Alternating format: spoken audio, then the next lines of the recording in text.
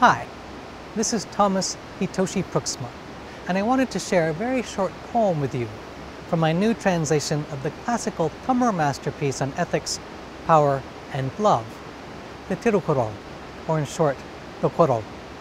This verse comes from chapter 14 on the possession of conduct and has to do with the inner meaning of conduct.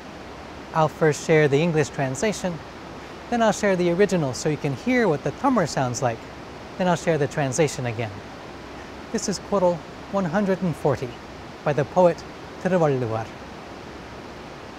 Those who can't flow with the world, even if learned, they know nothing.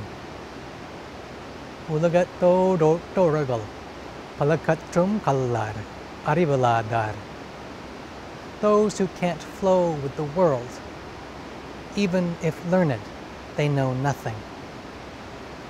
When Tiruvalluvar speaks of conduct that is fitting, he uses a Tamil word that connects to the flowing of water. The highest of conduct is conduct that flows so fully with the world that it transforms our very experience of the world.